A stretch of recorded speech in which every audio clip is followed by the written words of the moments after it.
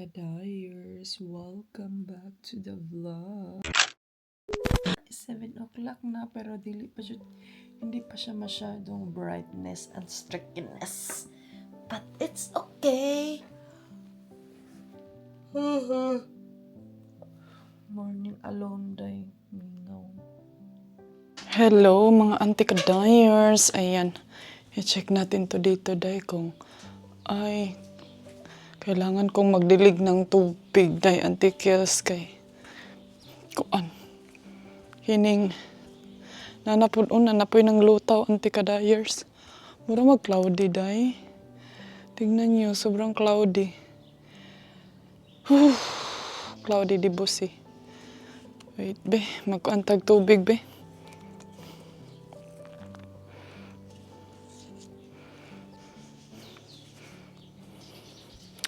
Kailangan natin paandarin tong tubig kay para mabutangan na tong tubig itong mga tubig sa kuanday. Kining mga flower ni Mr. kailangan nating diligan. Okay. And then yung swimming pool din kailangan dagdagan ng tubig. Ay.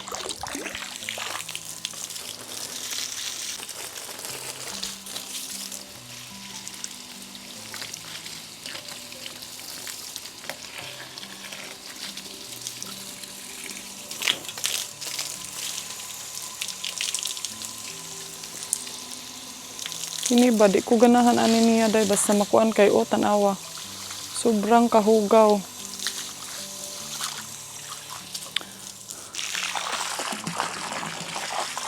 Ito tayo day kay. Murag na nga kuan man ni eh. Nagluya man ang bibi na. Cloudy man day ani.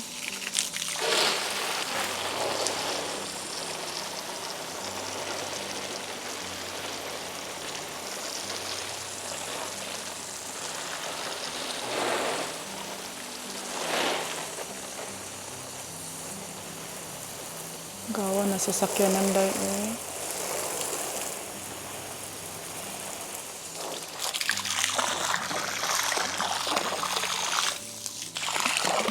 Ato dipud doon, wala man ko'y kusog ng kuan ba? Wala'y kusog ang tubig, kinahanglan na to palakasan yung tubig day para aabot siya doon. O pero murag muulan man auntie Kels, cloudy man. Tama na be. Mag-ano muna ako. Mag-chillin'. Magmuni-muni muna ako dito mga zay. Kay baka kasi uulan na, sayang ang tubig. Tama na din na kayo. Yung bugambila lang yun akong gisiguro auntie Kels kay. Sabi pa ni Mr. baka daw na ano na. Baka na naluya na ba.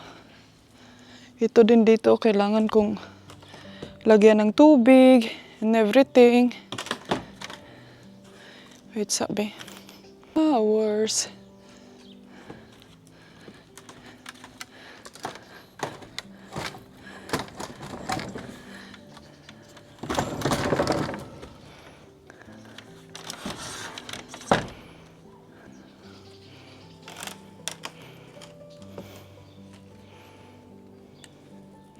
Hala, oy, wala na jud siya mga zay. Tapos na jud ang kining. Na siya auntie Kels. Sabi pa niya nung isang araw, day, kung magdilig ka ng flower, lagi niya talagang pinaparimind sa akin, day, na if magdidilig daw ako ng flower is dapat daw hindi ka ng udtong tutok ba. Kung sa atin pa yung sobrang tirik na tirik yung araw kay mamatay daw ang mga bulak ana day kay ang ugat masyak. So sabi ko, sige, itry ko pag morning, kung gigising tayo ng morning. Pero, di man ko early birds auntie Kels, oy. Pero ito, wala na. Tapos na sila mga zay. Last time, ang ganda dyan. But anyway, how are you, Ani? Living alone? Okay ra ba ka din, ha? Yes, okay lang ko mga zay kay. Kahapon din, matagal din yung usapan namin ni Mr. May pinag-uusapan kami ba kay si Mother Earth. Si Mama gidala na pod siya og kuan mga Auntie Kels. And then sabi ko, kumusta si mama? Kumusta siya sa kanang kuan? Sabi niya na ang marami na daw ang pinagbago kay mama. Tingnan niyo yung ano ko dayo. If gusto niyong magtanong mga Auntie Kels kung ilang taon na si mother-in-law, si mama is 94, 95 na siya day. So sabi ko, kumusta na siya? Nagtanong ako ba kung kumusta na ba siya? Ganun pa din ba yung mga ginagawa niya? Kusina, ito ganyan. Sabi niya, lagi din siyang sa kitchen, garden most of the time daw si mama. Pero hindi na daw siya ganun kalakas talaga kagaya before. And then sabi niya sa akin din na sabi ko nga how's your food? Kung kumusta yung mga food mo, okay ba yung mga kinakain mo? Sabi niya, okay naman, mama's food pa din daw. Pero iba na daw yung iba na daw yung luto ni mama ngayon ba kasi parang na-favorite kasi ni mama mga Auntie Kels is yung too much oily good, and then si Mr. kadili man gud siya ganahan jud anang mga oily stuff mga Auntie Kels. So sabi niya na pero meron naman daw mga niluluto si mama good na kanang hindi too much greasy. And sabi ko, sige na lang good kay tibuon na lang nato next time. And spend time together na lang jud sa iya ha para na jud mo long talk, long time para dili pod siya ma-bored didto ang mga Auntie Kels.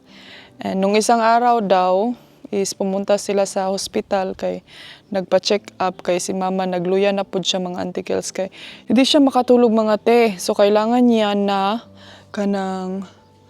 anong tawag nito day? Kailangan niya mga Auntie Kels na uminom ng sleeping pills, and then hindi maganda sa kanya kay makuan mo siya matumba. So yan yung inano sa kanya, nagpa-check up na naman sila, tapos yung hearing aid niya lagi dyan na inaayos day, every month inaayos ang ano ni mama. Pero in fairness so far no, thankful ko na si mama is nakasurvive siya sa ganyang tagal na edad. Kasi yung lola ko day, nawala siya, mga kuan na, kining 60 plus, 70 ano. Pero tapos bed ano na nga to siya, bread, anong bang tawag doon day, yung nakahiga na lang ba, pero si mama, mga Auntie Kels, no, 90 plus na, mag-garden pa. Naisip ko talaga mga Zeba na, kuyawa, grabe yung mga may edad dito sa kanila day, dahil parang di dyan ako ewan, siguro meron namang mga ganyan no, na kahit 90 plus, comment down below, may mga 90 plus, 80 plus pa ba na nakatayo. Bihira lang yun siguro. Meron Auntie Kels, pero it's very rare sa atin mga Pilipino talaga. Lalo na sa mga kinakain, pero believe ko day, kasi normally jud pod sa atin no, 90, aabot tayo ng 90 plus. Siguro nandyan lang, nakaupo-upo lang. Pero si mama day, Ginoo ko, mag-garden, magtulak-tulak pa sa, alam niyo yung barrel ba? Yan, magluto pa siya mga Auntie Kels. Maglinis pa ng bahay niya kasi ayaw niyang pumunta doon sa home for the aged pa. Ayaw niya doon mga Auntie Kels. So, yun. Pinabayaan lang din nila na kung ano yung desisyon niya, ano yung makapagpasaya sa kanya is go for it. Ganon sila mga Zay, hindi nila pinipilit yung mga parents nila dito na kailangan mo na talaga, doon ka na talaga, ilagay ka na doon at magiging dili mga Zay, hindi sila ganon. Desisyon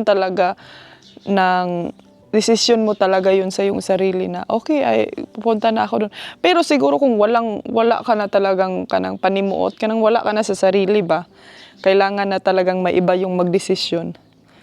Lalo na sa mga tao na may mga Alzheimer, pero si mama Auntie Kels, believe jud ko kay wa jud siya Alzheimer mga Auntie Kels. Kahit mga maliliit na bagay day, di niya malimtan, hindi niya makalimutan mga Auntie Kels na saan niya nalagay, ma-remember pag niya maze. Pero si Mister na, Ginoo ko, tabange dolor, Alzheimer na, nasaan ang remote, kakalagay lang dyan sa harap. Pati cellphone, pero si mama day, ma-memorize pa yung mga details kay normally manggo dito mga Auntie Kadayers, normally dito sa kanila mga Auntie Kels is kuan na galing wala naman day bulak diri day si Felix day sige bantog ra natin kung na may bangag. Normally dito kasi sa kanila day like example tawagan yung mga matatanda no, inaano yan mga antikels, meron niyang question na na-remember pa ba ang birthday, anong date ngayon, yung mga ganyan ba. Pero si mama day makatubag, maka-answer pa siya mga antikels sa mga ganyang tanong. Pero siguro kung sa atin pa yan, no? Wa na day. I don't know myself, who am I? Kuyawan. Pero believe jud ko day. Siguro din dahil isa yan sa ano ko mga antikels, sa tingin ko lang siguro, for me lang po jud siguro no is, siguro isa sa nakapag-motivate sa kanyang buhay is yung garden niya. Kay dili jud siya mo kuan antikels, ayaw niya talagang lumayas diyan sa, lumayas, grabe, ayaw niya talagang mag-move out diyan sa bahay niya kay for her mang God is yung garden is, yan yung life niya mga Zay. So siguro isa yan sa, grabe jud no, grabe talaga mga antikels. Makaana jud ko nga, hala oy kanang lahi ra jud ay mga antikels no og na kay motivation sa imong life kay makago-on jud ka sa imong kinabuhi. Kanang ano ko talaga ako ning gi-check diri day kay naano ko talaga day nga dapat jud ay mga antikels nga mga nanay, mga gwapo, tsari. Dapat jud ay natay motivation sa atong life. Di hindi naman gud kailangan ng motivation sa life nga kaning ingon ana kana kay ngano mga antikels before nasabi ko sa sarili, bakit kanang kay wala ba ya jud asawa si mama ha? Except sa wala ba ya siya kanang husband tapos except sa kanyang mga anak, di ba? Normally, mga motivation natin yung husband, family, children, and everything. Yung mga something ba. Pero si mama, mga antikels, feel ko, or yun din yung na-feel ng family, ang nakapagbigay talaga ng long life sa kanya or motivate sa buhay na mag-go-on is yung bahay niya, day. Yung bahay niya, yung garden niya, and then the rest is yung mga apo, anak. Yun na. Kay magluya man gud siya mga antikels. Manotice namin sa kanya is maano siya baka nang mawalan siya ng gana lalo na pag winter time, magluya, magkasakit dahil hindi siya makapunta sa garden. So yun yung naano talaga namin sa kanya na her life kanang ang iyang kinabuhi is nagdepende jud sa iyang garden. Kahit ilang ano na yan siya day nagkasakit-sakit halos day antikels. Wait be. Diha sa mo kay ako sa ning kuanon. Halos mga antikels sa isang buwan, 2 beses yan sa isugod sa hospital. Or either ang doktor pupunta na dyan sa bahay. Kay ana laging ma-collapse, ma-atake sa iyahang pneumonia. Pero believe ko day survivor si mama survival jud siya. And yun yung nakaano sa kanya.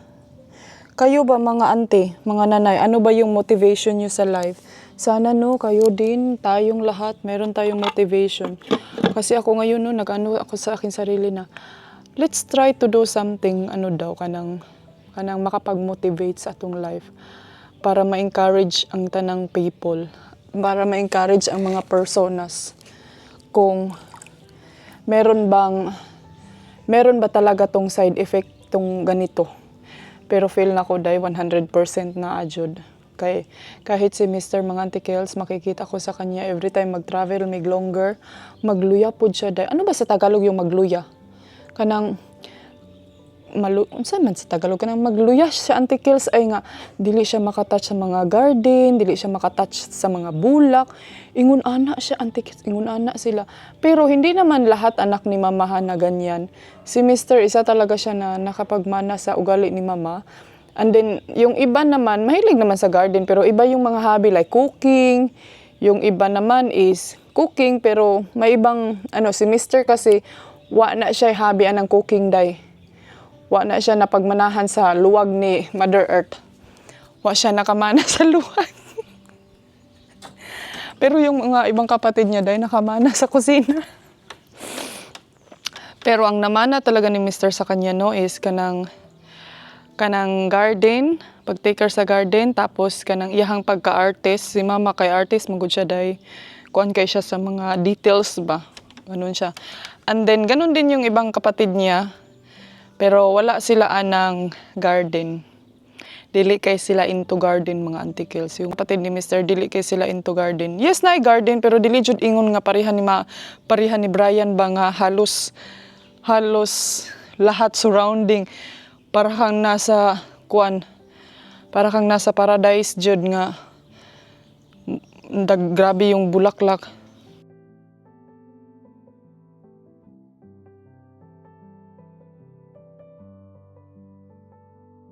Hey darling, can I tell you what's been on my mind? Sick and tired of the 9 to 5 in the city light.